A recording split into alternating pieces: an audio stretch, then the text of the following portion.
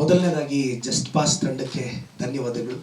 ನನ್ನ ಗುರುಗಳು, ನನ್ನ ಅಕ್ಷರಕ್ಕೆ ಸ್ಫೂರ್ತಿ, ಬರಹಕ್ಕೆ ಸ್ಫೂರ್ತಿ ಶ್ರೀಯುತ ವಿಶ್ವೇಶ್ವರ ಭಟ್ ಸರ್, ತಮಗೆ ನಮಸ್ಕರಿಸ್ತಾ.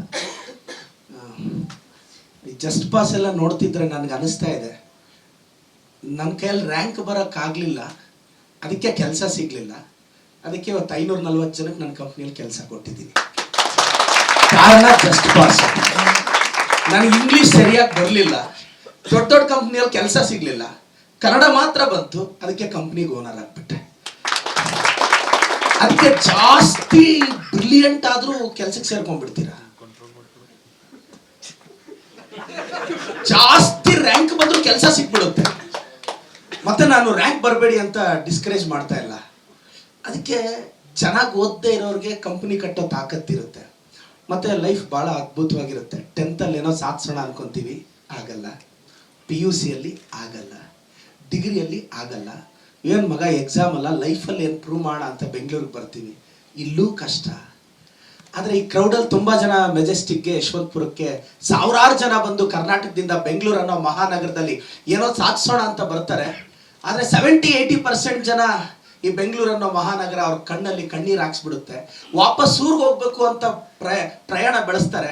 ಅಂತ ನನ್ನಂಥ ಹುಡುಗರು ಎಷ್ಟೇ ಕಷ್ಟ ಆದರೂ, ಅವಮಾನ ಆದರೂ ಸ್ವಲ್ಪ ರೈಟ್ಗೆ ಹೋದ್ರೆ ಅಲ್ಲಿ ವಿಧಾನಸೌಧ ಇದೇನು ಅನ್ನೋದು ಕಂಡಿಡ್ಕೊತೀವಿ ನಮ್ಮಂತ.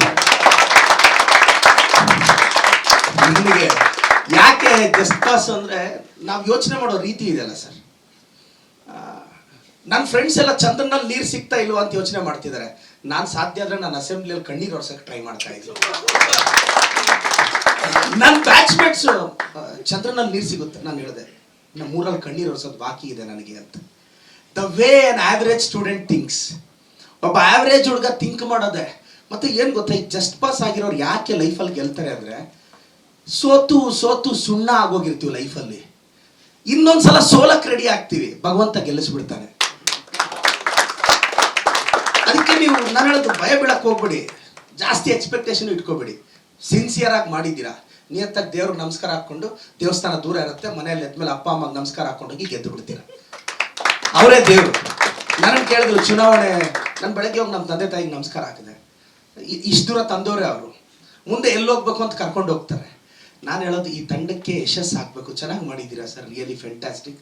ಕರ್ನಾಟಕದ ಜನ ಒಂದು ಹೊಸ ಪ್ರಯತ್ನ, ಒಂದು ಹೊಸ ಹುಡುಗರು, ಈ ಪ್ರತಿಭೆಗಳು ಗೊತ್ತಿಲ್ಲ. 6ನೇ ಕ್ಲಾಸಲ್ಲಿ ದಡ್ಡ ಅನ್ಸ್ಕೊಂಡಂಥ ಹುಡುಗ ಜಗತ್ತಿನ ಮೇಧಾವಿ ಆಗ್ತಾನೆ ಅಂತ ಯಾರೂ ಅನ್ಕೊಂಡಿರಲಿಲ್ಲ.